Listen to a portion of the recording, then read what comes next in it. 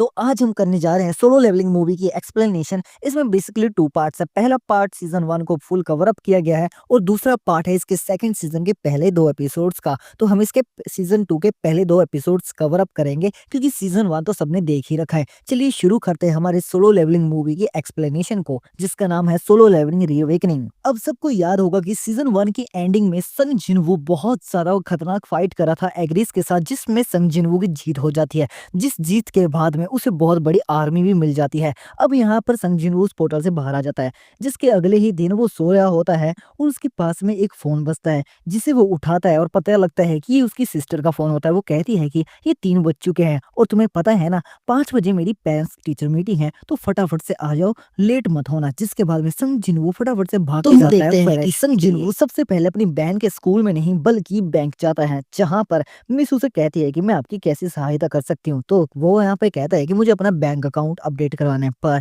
जैसे ही मिस उसका अकाउंट देखती है तो वो चौंक जाती है, क्योंकि उसका बैलेंस 1.4 बिलियन होता है। वो कहती है कि इतनी कम उम्र में ये कैसे पॉसिबल है? क्या सर मैं आप जान सकती हूँ कि आप काम क्या करते हैं? तो वो कहता है कि मैं एक हंटर हूँ। तो यहाँ पे वो सोचते हैं कि एक हंटर इतने ज्यादा पैसे कैसे कमा सकता है? जिसके बाद में हम देखते हैं कि संग जिनवू अपनी बहन के स्कूल पहुंच जाता है, जहां पर उसकी बहन उसे पूछ के कहती है, क्या भाई ये सच में तुम हो? क्योंकि अपना लौंडा इतना ज़्यादा हैंडसम लग रहा था, जिसकी पूरी लुक ही चेंज हो चुकी थी। जहाँ पर उसकी सिस्टर भी यही कहती है कि लगता है लोग बहुत जल्दी बदल जाते हैं। जिसके बाद में उसके स्कूल का जितना भी स्टाफ होता है उस पे ब्लश मारने लग जाता है। यहाँ पर उसकी बहन ये देखकर कहती है कि भाई तुम पे सब लाइन मारे, तो मैं क्या अपनी किसी क्यूट दोस्त की तुम्हारे साथ दोस्ती करवा दूं? जहाँ पर उसका भाई उसका गाल पकड़े खींचने लग जाता है और कहता है कि मेरे साथ मजाक मत करो। जिसके बाद में संग जिनवू उसकी टीचर के रूम में चला जाता है मीटिंग के लिए। यहाँ पर दोनों के बीच में काफ़ी देर मीटिंग होती है, जहाँ पर मैडम उससे कहती है कि देखिए आपकी सिस्टर काफ़ी पढ़ने में अच्छी है, उस पे प्रेशर देने की ज़रूरत नहीं है। पर एक दिक्कत यह है कि वो भी आपकी ही तरह एक हंटर बनना चाहती है, क्योंकि वो अवेकन हो रही है। तो आप क्या उसे परमिशन दोगे? तो संग जिन उसे साफ-साफ मना कर देता है। तो यहाँ पे मैडम कहती है कि जैसा मुझे लगा था, पर दिक्कत ये है कि उसकी एक दोस्त है जो कि अभी हंटर बनने के लिए निकली है, पर उसका रैंक अब है हमें वो शाम ये है के क्योंकि वक्त स्कूल बहुत के ज़्यादा बाहर का लोगों सीन सीन दिखाया जाता है, जहाँ से एक लड़की काले कपड़े में आ रही होती है, जिसका इंतज़ार खुद संग जिनवू कर रहा होता है। और वो उसे आते ही अपने मोबाइल में से अपनी बहन जिन्हा का फ़ोटो दिखाने लग जाता है और कहता है, "क्या तुम इसे जानती हो?" जिसे देखकर वो कहती है कि, "अच्छा मुझे लगता है कि अब जिन्हा के भाई होंगे, है ना?" अब यहाँ पे हमें सीन चेंज दिखाते हैं और यहाँ पे हम देखते हैं एयरपोर्ट से आ जाता है जिन्वू को पेलने के लिए एक बंदा, जिसके भाई को संग जिन्वू ने मारा था। उसे रिसीव करने के लिए हंटर एसोसिएशन का बंदा खुद आया होता है, पर ये जो बंदा होता है यहाँ पर उसकी बहुत बुरी तरीके से बेइज्जती कर देता है, उसे चिरकुट कर। जिसके बाद में हमें फिर से सीन चेंज दिखाते हैं। ये जगह वो होती है जहाँ पर न्यू हंटर्स को ट्रेन किया जाता है, जहाँ पर संग जिन्वू उस लड़की को अपने साथ लेके आया होता है। और यहाँ पे हम देखते हैं हंटर एसोसिएशन के 2 बंदे उसका वेलकम भी करते हैं। पर जैसे ही वो लड़की हेलो कहती है, जिसे देखकर कहता है कि अरे तुम तो एक ई रैंक हंटर हो सर, ये मत कहने कि आप इसके साथ आए हो। जहाँ पर वो कहता है कि ये हंटर बहुत ज़्यादा सेफ जगह है, जहाँ पे आप न्यूबीज़ को ट्रेन कर सकते हो। वहीं पर हम एक बंदे को देखते हैं जिसका नाम चूहो होता है, जो कि एक ए रैंक हंटर होता है। जहाँ पर हम देखते हैं कि पूरी 12 लोगों की टीम डंजन गेम जाने के लिए तैयार थी। जहाँ पर हंटर एसोसिएशन का बंदा आके कहता है कि सर आप अपनी पावर्स मत दिखाना, नहीं तो ये रेड बहुत ज़्यादा ईज़ी हो जाएगी। जिसके बाद में फाइनली दोनों हंटर अंदर जाने के लिए तैयार हो जाए, पर जैसे ही संग जिन वो अंदर जाता है उसे बहुत बुरा अजीब फील होता है। पर जैसे हम देखते हैं कि एक सी गेट रेड गेट में बदल जाता है, जहाँ पर संग जिन वो बाहर आकर कहता है कि जल्दी से एक प्राइमरी टीम को कॉल लगाओ, ये डेंजर जोन है। जिसके बाद में संग जिन वो वापस से अंदर खींचा चला जाता है, जहाँ पर अंडर एसोसिएशन का बंदा अपने लीडर को फोन लगाता है, जो कि बहुत ज्यादा पावरफुल भी है। और ये बंदा आपको भी पता है कौन है, जहाँ पर वो कहता है कि डटे रहो हम आ रहे हैं। अब हमें यहाँ पर डंजन की दूसरी साइड का सीन दिखाया जाता है, जहाँ पर संग जिनवो की आंखें खुलती है और वो खुद को यहाँ पे डंजन में पाता है, जहाँ पर उसकी बहन की दोस्त उसे पूछती है, मिस्टर ये हम आप घर कहाँ पर आ गए? ये इतनी ठंड क्यों आखिर, ये कौन सी जगह है? जहाँ पर एक उड़ता हुआ तीर उसकी तरफ आता है, पर संग जिनवो उसे देख लेता है और लौंडे ने बस अपने एक हाथ से रोक लिया होता है उस तीर को। पर जो दूसरा तीर होता है वो उसके टीममेट के एक अच्छे खासे प्लेयर को लग जाता है और उसकी वहीं पे मौत हो जाती है। हम देखते हैं ये तीर आता है उन घने जंगलों में से, जहाँ पर शैतान खड़े होते हैं, जिन्हें आइस एलिव्स कहा जाता है। वहीं पर हम देखते हैं कि संग जिनवू कहता है कि कोई बात नहीं, अभी हमारा वो कुछ नहीं बिगाड़ सकते क्योंकि वो हम में से काफी दूर है। वहीं पर एक शैतान संग जिनवू की तरफ हंसते हुए देखता है। वहां पर संग जिनवू कहता है कि कोई बात नहीं, तुझे तो मैं अपने ही हाथों से मारूंगा। अब हम देखते हैं कि उनमें से एक बंदा जिसका नाम कुलचुल होता है वो आगे आता है। वो कहता है कि यहाँ पर सबसे ज़्यादा पावरफुल मैं हूँ क्योंकि मेरा रैंक ए है, तो तुम सबकी ज़िंदा रहने की ज़िम्मेदारी भी मैं लेता हूँ। पर यहाँ पे जो संग जिन्हो होता है वो उस लड़की को बता रहा होता है कि ये एक रेड गेट है, जिसका मतलब ये है कि अगर तुम यहाँ पर एक बार आ गए तो इसका कोई चांस ही नहीं है कि तुम यहाँ से बिना बॉस को मारे बाहर जा सको और बाहर से कोई तुम पे सपोर्ट भी देने आ सकता है। जिसे सुनकर सब बहुत ज़्यादा घबरा जाते हैं। जहाँ पर कुलचल कहता है कि घबराने की ज़रूरत नहीं है, हम यहाँ पर 2 टीम्स बनाएँगे ज़िंदा रहने के लिए, एक लो लेवल वाली और एक हमारी पावरफुल टीम। यहाँ जो लो लेवल वाली टीम है वो ई रैंक हंटर्स की होगी और बाकी जिसे ज़िंदा रहना है वो मेरे साथ आ सकता है, बाकी सब दफ़ा हो सकते हैं, कोई दिक्कत नहीं। यहाँ पर एक ई रैंक हंटर उसके साथ आने की कोशिश करता है, पर जो कुलचुल होता है उसे धक्का मार के भगा देता है। वहीं पे हम देखते हैं एक लड़की होती है, वो कहती है क्या मैं संग जिन्हो के साथ जा सकती हूँ? क्योंकि ये लड़की बहुत ज़्यादा शातिर होती है, इसे पता लग जाता है कि संग जिन्हो कोई आम आदमी नहीं है। वहाँ पे वो संग जिन्हो के पास जाती है और कहती है कि यहाँ तक कि उस पावरफुल हंटर को भी नहीं पता लगा कि उसकी तरफ एक तीर आ रहा है, पर तुमने बस अपने एक हाथ से रोक लिया, तुम पक्का बहुत ज़्यादा पावरफुल हो गए। जहाँ पर दोनों टीम्स तय करती है कि वो अलग-अलग डायरेक्शन में जाएगी, जहाँ पर जो हाई रैंक वाली है वो फॉरेस्ट के बाहर जाएगी और संग जिन्हो वाली टीम है वो फॉरेस्ट के अंदर जाएगी। जहाँ पर हम देखते हैं कि ये दोनों आगे बढ़ ही रहे होते हैं कि उन्हें रास्ते में भालू के निशान मिलते हैं, जहाँ पर हम देखते हैं उनके सामने एकदम से बहुत बड़ा भालू आ जाता है, पर जो अकूकुन होता है वो उस भालू से काफ़ी आसानी से लड़ जाता है क्योंकि वो एक रे रैंक होता है। वहीं पे दूसरी तरफ हम देखते हैं कि लड़की बहुत ज़्यादा घबरा जाती है और कहती है कि यहाँ पर भालू के निशान है, तो यहाँ पर इसका मतलब भालू है। पर संग जिन्हो कहता है कि ज़रा अपना दिमाग इस्तेमाल करो, उल एल्स से अच्छा है कि हम इन भालू से लड़ने, क्योंकि ये भालू ज़्यादा आसान होंगे मारने में। तो यहाँ पे इसके बाद में वो अपनी इन्वेंटरी से कुछ गर्म कपड़े निकाल के देता है, जिसे देखने के बाद उसकी बहन की 2 सिस्टर होती है, वो कहती है कि सर आप कौन हैं? ऐसे कैसे पॉसिबल आप इतना सारा सामान लोड कर सके? यहाँ पर संग जिन्हो उसके सर पे हाथ रखता है और कहता है कि ये मेरी ज़िम्मेदारी है कि तुम्हें यहाँ से ठीक निकालूँ, इसलिए मुझे कोई सवाल मत पूछना और तुम तीनों भी। जिसके बाद में उसके सामने बहुत बड़ा फिर से भालू आ जाता है, जहाँ पर ये लड़की फिर से घबरा जाती है। पर संग जिन्हो कहता है कि डरो मत, मैं यहाँ पर हूँ। जिसके बाद में संग जिन्हो लड़ने के लिए तैयार हो जाता है और कहता है कि टाइटल चेंज। जिसके बाद में संग जिन्हो और भालू के बीच में लड़ाई चालू हो जाती है और सबको पता है ये कितना ज्यादा ओपी है अपना संग जिन्हो, जिसे सब लोग भी देखते और चौंक जाते हैं। जहाँ पर संग जिन्हो सब भालुओं को मारने के बाद उनमें से एक के ऊपर बैठ जाता है और कहता है कि ये क्या, ये भालू तो बड़ा कमजोर लेग पीस निकला।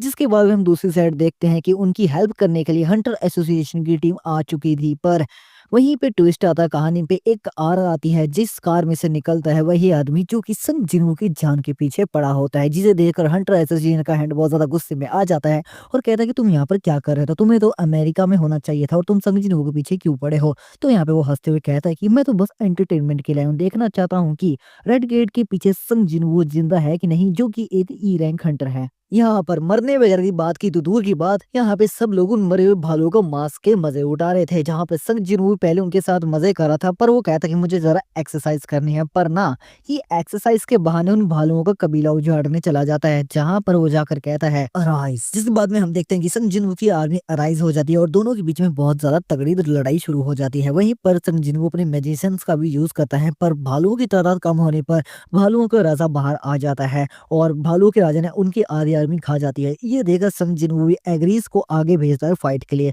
जहाँ पर एग्रीज ने अपनी तलवार निकाली होती है। उन दोनों की फाइट सच में बहुत ज्यादा ओपी होती है, क्योंकि एग्रीज ने भालू की चीखें निकाल दी होती है तलवार से। ये देखकर संग जिन्हो बहुत ज्यादा हैरान हो जाता है, क्योंकि उसकी तलवारबाजी इतनी ज्यादा माहिर थी। वो कहता है पक्का ये मुझे उस टाइम हरा देता अगर मैं एग्रीज के साथ फाइट करता। जिसके बाद में एग्रीज भालू का सर संग जिन्हो के कदमों में लाके रख देता है, जहाँ पर वो अपने पैरों के बल बैठ जाता है और संग जिन्हो उसके कंधे पे हाथ रखता है और कहता है कि बहुत अच्छा काम किया एग्रीज तुमने। जिसके बाद में संग जिन्हो उस भालू की आत्मा को भी एराइज कर लेता, क्योंकि भालू का राजा भी बहुत ज्यादा पावरफुल था। दूसरी तरफ सब लोग बहुत ज्यादा टेंशन में होते हैं, क्योंकि इस गेट को ओपन हुए बहुत टाइम हो चुका था। वहीं पर ये बंदा कहता है कि क्या हुआ, ये अभी तक खत्म नहीं हुआ। जहाँ पे हंटर एसोसिएशन का एक बंदा कहता है कि सर आपने किसी गलत आदमी को चुन लिया, वो सिर्फ एक ही रैंक हंटर है। वहीं पर ये सुनकर ये आदमी उसका गला पकड़ लेता है, पर जो टाइगर गिल्ड का लीडर होता है वो उसका हाथ पकड़ता है और कहता है कि इसे जाने दे। जिसके बाद में हम दूसरी तरफ देखते हैं जो चुल होता है उस पे एलविस ने हमला कर दिया होता है, जो कि मॉन्स्टर्स थे, और उसको देखकर वो वहाँ से दुम दबाकर भाग जाता है क्योंकि उसके सारे साथी मारे गए थे। यहाँ पर वो भागकर वहीं पे आ जाता है जहाँ पर संग जिनवू की लड़ाई हुई थी, पर भालू को मारा देख वो वापस जंगल में भाग जाता है। वहीं पर हम देखते हैं कि दोनों इतने ज़्यादा गुस्से में होते हैं कि दोनों एक-दूसरे को बहुत ज़ोरदार सा पंच मारते हैं। पर हैरानी की बात ये है कि ये पंच किसी को भी लगता नहीं है क्योंकि उसका एक साथी बीच में आ जाता है और उनको रोक लेता है। वहाँ पे वो कहता है कि सर लगता है आपने किसी गलत आदमी को चुन लिया क्योंकि संग जिनवू बस एक ई रैंक हंटर है। हमने ये 2 महीने पहले ही चेक किया था। वैसे आप उसके पीछे इतना हाथ धो के क्यों पड़े हैं? जहाँ पर ये बंदा कहता है कि कुछ नहीं, मुझे बस किसी को मारने का एक मौका चाहिए था। पर उसे बीच में कुछ इंपॉर्टेंट काम आ जाता है, इसके लिए वो वहाँ से चला जाता है। वहीं पे हम देखते हैं कि सब लोग खाना खा रहे थे पर झाड़ियों में से उन सबकी बातें सुन रहा होता है और ना सबको देख रहा होता है और कहता है कि तुम सब लोग कैसे जिंदा रह सकते हो जहाँ पर मेरे सारे साथी मारे गए हैं। इसलिए वो उन सबको मारने के लिए अपनी तलवार निकालता है, पर पीछे से संग जिनवू आ जाता है और उसके हल्के से टपली घुमा के मारता है जिससे वो बेहोश हो जाता है। और वैसे भी तुम्हारे साथियों के मरने का कारण हम नहीं बल्कि तुम हो क्योंकि तुम ही उन्हें वहां पर लेके गए थे। वहीं पे वो कहता है कि अब छुपने का कोई फायदा नहीं मॉन्स्टर्स, मुझे पता है तुम यहीं पे छुपे हुए हो। और ये क्या सच में मॉन्स्टर्स उनकी बातें छुपकर सब कुछ देख सुन रहे थे। जहां पर वो कहता है कि तुमने सही कहा था दोस्त, इनमें से एक आदमी कचरा नहीं है। जहां पर वो कहता है कि कचरा तुम किसे कह रहे हो, कचरा तो बल्कि तुम हो मॉन्स्टर्स। जहां पर वो कहता है कि तुम क्या हमारी भाषा को सुन भी सकते हो? मिलो, ये मेरा दोस्त है, इसने ही मुझे तुम्हारे बारे में बताया था और ये तुमसे लड़ना भी चाहता है।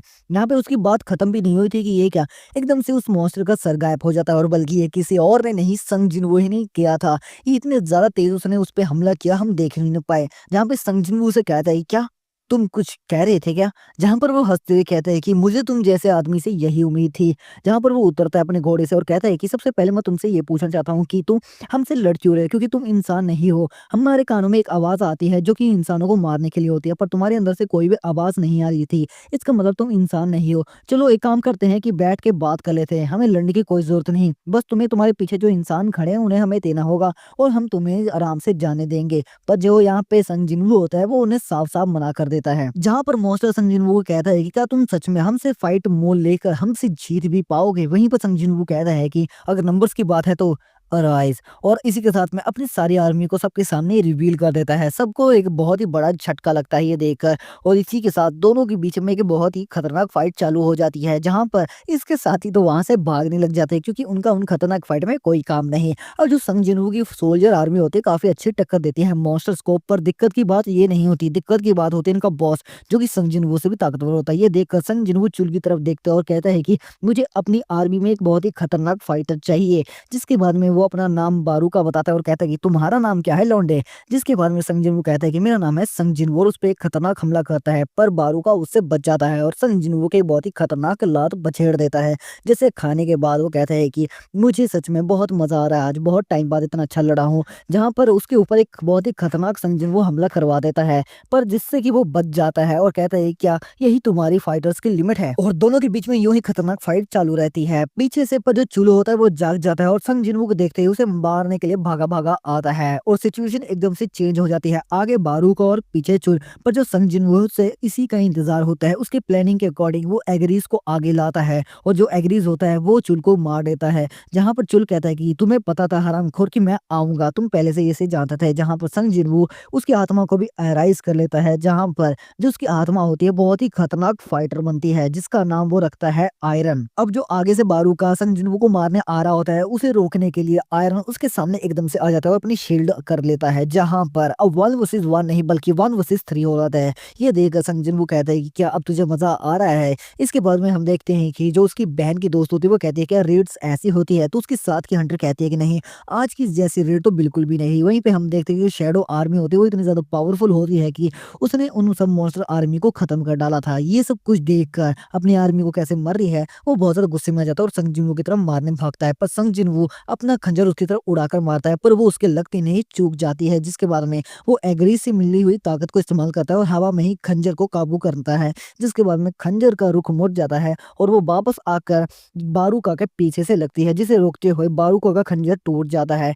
वहीं पर हम देखते हैं जो आयरन होता है उसने बारूको का पीछे से आकर बहुत जोर से कस के पकड़ लिया ताकि वो भाग ना सके और इसी के साथ उस पे बहुत जोरदार हमला होता है, पर इस फायरदार हमले से वो बच जाता है। पर इसी के साथ हम देखते हैं जो संग जिनवू होता है वो बाहर उसी का छुपकर इंतजार करता है और उसके चाकू खोप देता है, जहाँ पर वो कहता है कि लगता है ये अब खत्म हुआ।